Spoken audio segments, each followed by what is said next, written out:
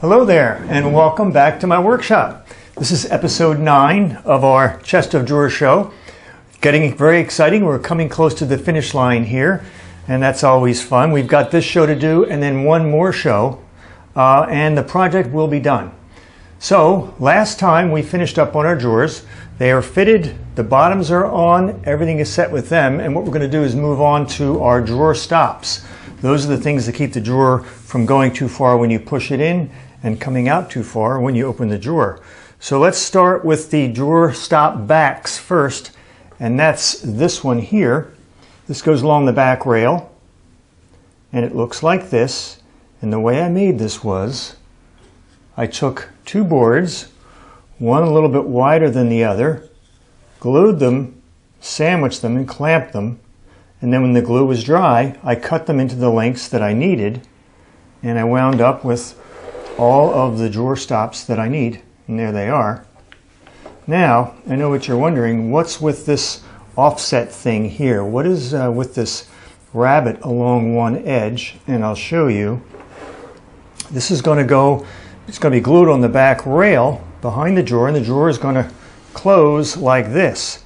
And I want the drawer stop to contact the back of the drawer and not the back edge of the bottom, because as you know, the bottom floats and expands with seasonal movement, and if that extended beyond the back, it would stop my drawer from fully closing. Now I think I've allowed for the expansion of that bottom drawer, but if it does extend out the back, beyond the back, it's not going to be a problem because I've got that little gap in there. So that's the reason for that. I also have two small pilot holes that I drilled in here, and the reason for that is I take finishing nails and they just press in like that, pretty snugly, and I put them in until they're just about emerging from the bottom. And then when I put this stop in place and I've got the drawer just where I want it, I'll tap these in lightly just to make impressions on the rail below, so that when I apply glue and put this back on, those nail points will find those holes, and when I clamp it, it's not going to move around and move off its mark. So once it's dry, then I have the option of either nailing these all the way in or pulling them out with pliers and reusing the nails. So that's the drawer backs, or the drawer stops for the back. Let's move on to the drawer stops that control how far out the drawer comes from the case. And here is what I've made for that. Very simple. Many ways to do this, and this is a tried and true method I've used before. Piece of 1/4 inch, and I've just put a hole in it and counterbored room for a washer there, and also a screw. And then this is just a little piece of leather, cowhide actually, that I glued on there, and that's to serve as a bumper, just to absorb some of the impact when that drawer hits the back. And there's a piece of tool belt that I've used to make those little bumpers. So that will go here. Let me turn this around and put this in.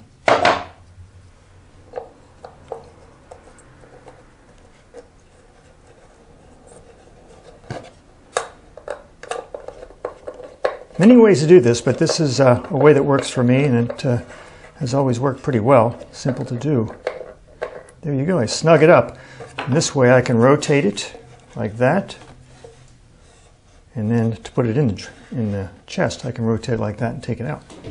So let's put this in place and see how it goes.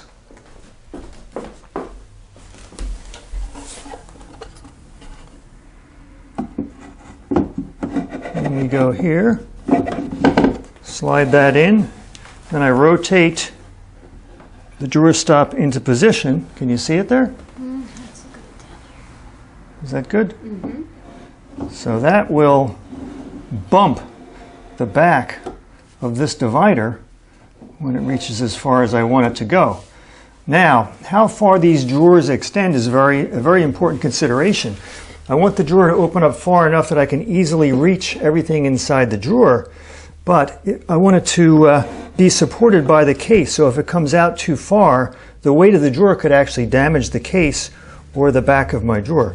So in this particular situation, my drawer stop allowed my drawer to extend too far, and I needed to shorten it up. So here is what I did. I put a spacer in here. You got it there? Mm-hmm. And all that is a piece of wood with a tongue on it. And what that does, it fits into a groove that I plowed in the back of this divider for my runners and kickers. Use the same groove, press it in place, and that, as a spacer, has my drawer stopped exactly where I want it to stop. So that's working out really well. Now for the bottom drawer, I actually have two stops like that. One here and one here, each one in line with my drawer pulls because the drawer is wider and needs that kind of thing. Now, up here, it's a whole different story with these drawers because of our secret compartments. Remember those? This is a false back, and this is the secret compartment in here. Now, if I put my drawer stop in here, attach it to the back of the drawer, I can't reach it from inside the drawer to rotate it, so it's not going to do me any good there. If I put it on my false back here, the drawer as it is won't go out as far as the other drawers. So I had to come up with another way to stop the drawer at its furthest extension, and here's what I came up with. What I have here is a T-nut and a bolt with a washer and a lock screw, or a lock washer, and then I just put the T-nut. You with me here? Mm-hmm. T-nut goes in there like that. I'll open up the drawer, and I just put the bolt in, rotate it like that, and that will contact the false back, and it comes out just as far as the drawers below it. And I even glued a piece of leather on my false back to act as a bumper, so that works just the way I want it to. Like that. So I think that's going to work pretty well. What we're going to do now is I'm going to install these other two T-nuts, and then we'll proceed from there.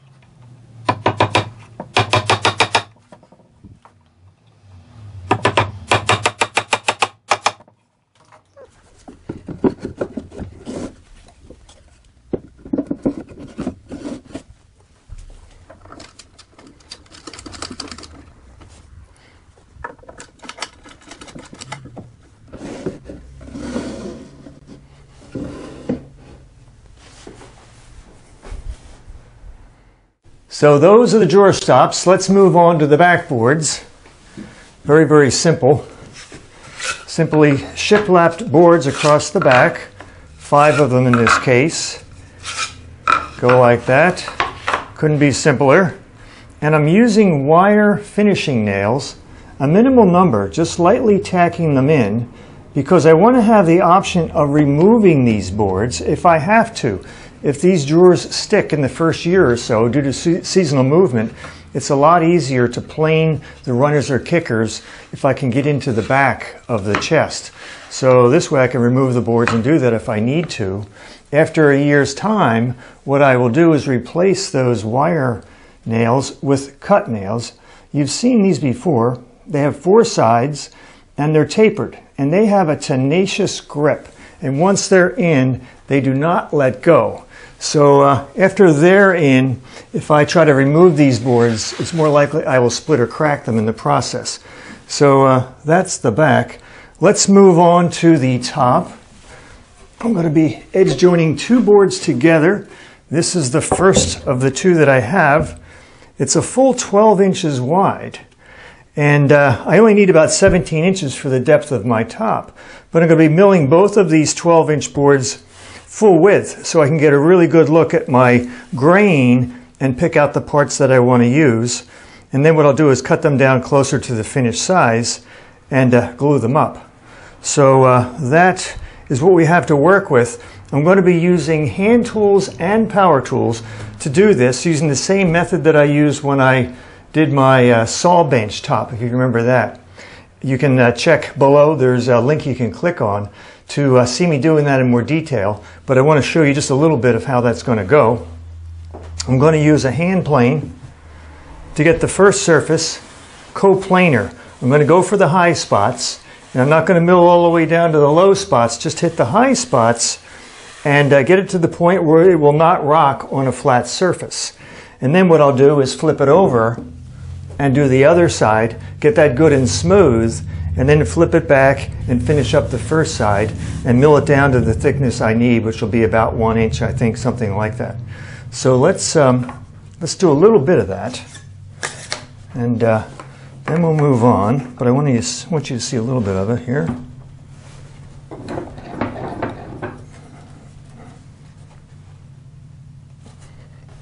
Now this is an amazingly flat board. For rough sawing, this is about as good as it gets. No cup, and it's really straight. So I don't have to remove a whole lot. I took off some of it here. That was a high spot right there. And we'll just see how it goes.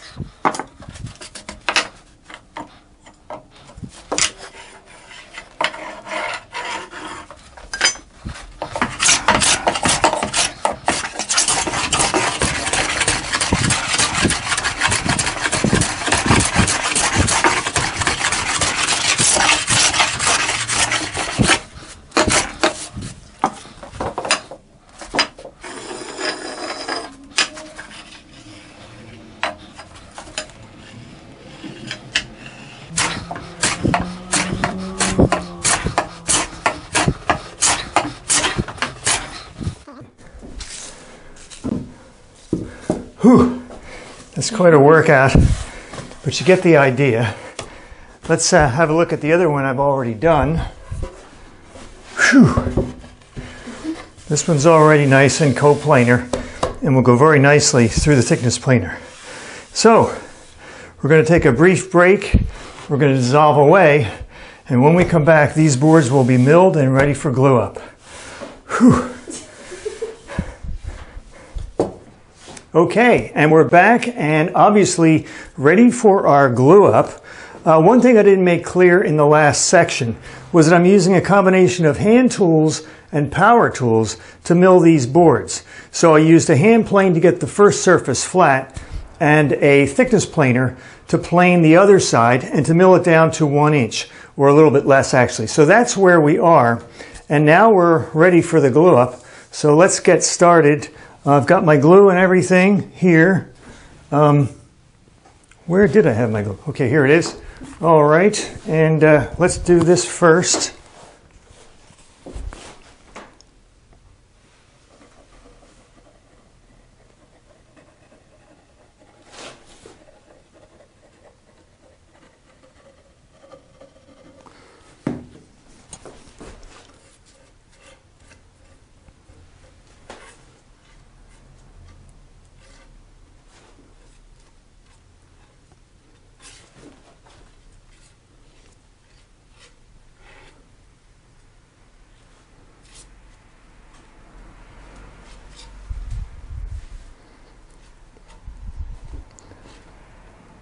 to make sure I got every edge.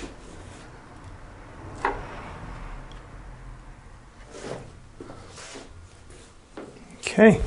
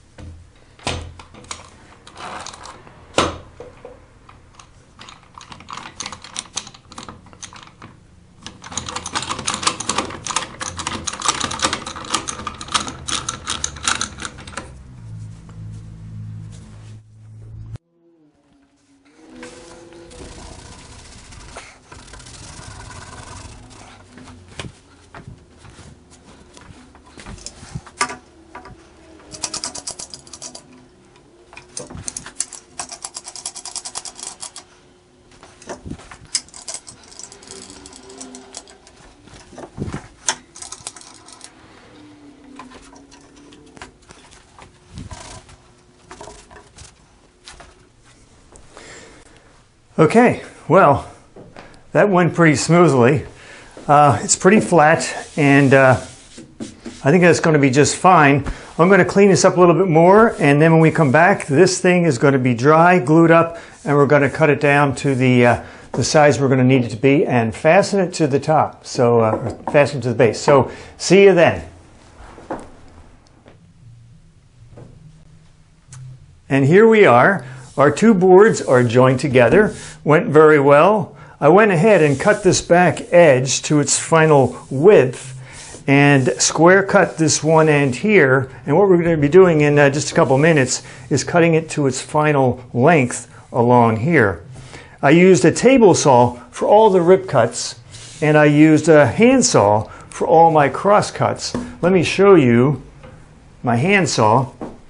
This is a standard issue hand saw that you'd get at a home center somewhere. It's a general purpose saw, they call it, and it's got those electro-hardened teeth that you can't sharpen. And it works pretty good with sheet goods like plywood. It works actually very well cross-cutting boards. It doesn't work very well ripping boards. And I've been trying to get away with it, but with 1-inch maple, I wasn't even going to attempt it. I went straight to my table saw. But it does work pretty well, so that's the saw we're going to be using. I think, though, in the future, very near future, I'm going to get a dedicated rip saw because I think that's the way to go. I'm not sure whether I'm going to get an old one and refurbish it or whether I get a new one and pay out the wazoo. But that's always the choice you have to make when you're acquiring new tools for your shop. And I have no idea how out the wazoo is going to translate in other languages, but let's just say it means excessively large amount and leave it at that. Okay. So we'll get around to doing that in just a bit. I do want to show you something else I think is pretty neat and useful for this kind of project, and that is my cabinet scraper. Here it is. You saw me use this in the last episode, actually, when I was working on the drawer bottoms. It's kind of the missing link between a card scraper and a hand plane. It's got handles on it and a sole, kind of like a hand plane, but the blade itself is more like a card scraper. And let me show you what I mean here. I'll take it apart for you. Loosen these two screws. That fastens the blade. Take it out the bottom here. And it has a 45-degree bevel on it. But then that bevel, just like a card scraper, is rolled over using a burnisher, and it has a very sharp burr along the edge. And that's just like a card scraper. And that goes in like this. I'll put it in place. You want to make sure the burr is going in the right direction. It's aimed in the direction that I'll be pushing this in. And then I'll loosely set that in place. And I like to use a good flat surface. I'm going to use my stone over here and rest that right down on there like that, and then gently tighten at first, like so. And then tighten a little better. Like that.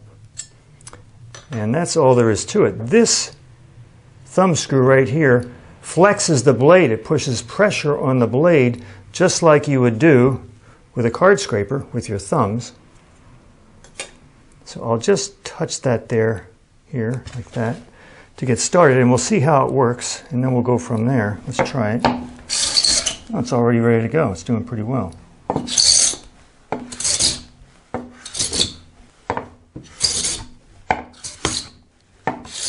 This is just the tool for removing mill marks and stuff like that. And also it has a certain amount of flattening and leveling ability for that little ledge that you get between the two boards where you've joined them. So great tool to have in the shop, as well as the card scraper. So I think it's time to cut this board to length. I'm using my saw bench. You remember the saw bench? Made that in the last project I was doing. And it's working out great here in the shop. I was inspired by Roy Underhill. He made one very similar to this, and I was inspired to make one when I saw him do it. It's got rising dovetails here. It's got mortise and tenon joints, wedged mortise and tenon joints. It's just working out great, and I'm very happy to have it here in the shop. Let's get this board in place, and we're going to make our cut.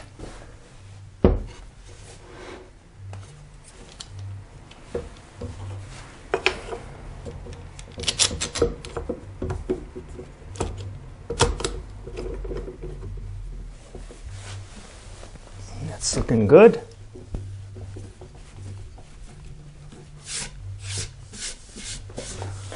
Okay, it's going to make sure that edge is ready to go.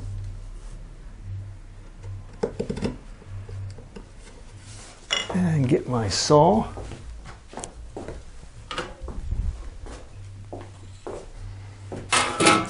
And if we're ready, How about your knee?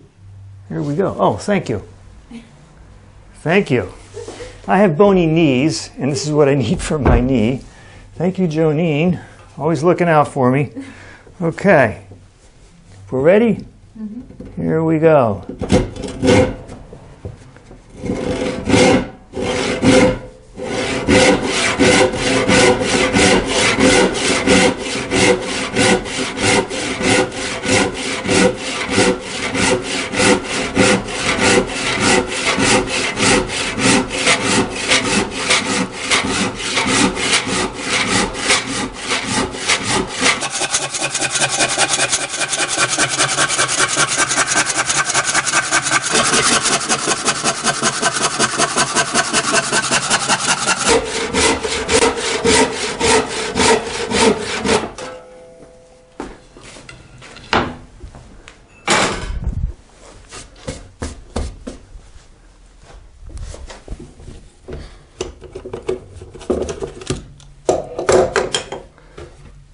And there we go.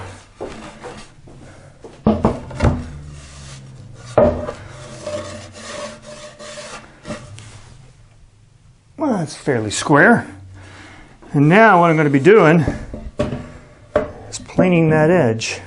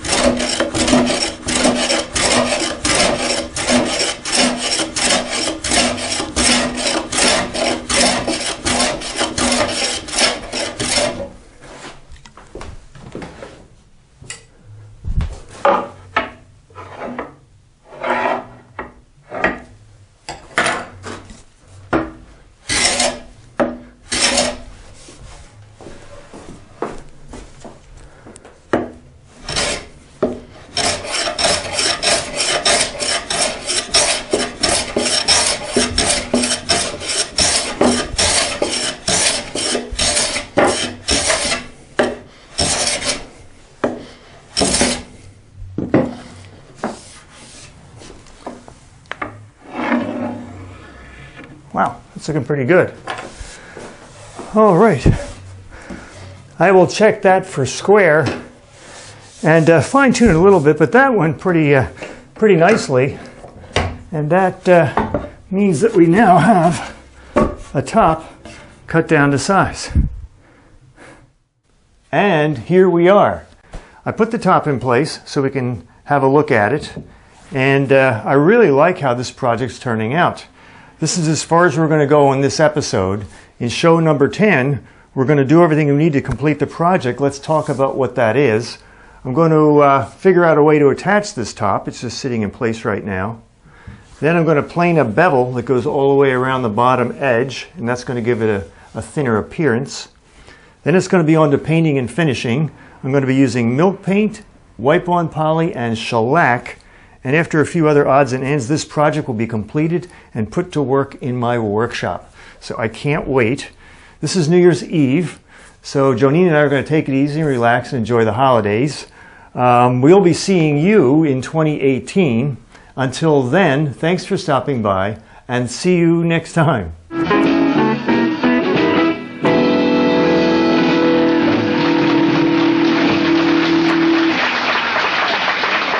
Wasn't that great?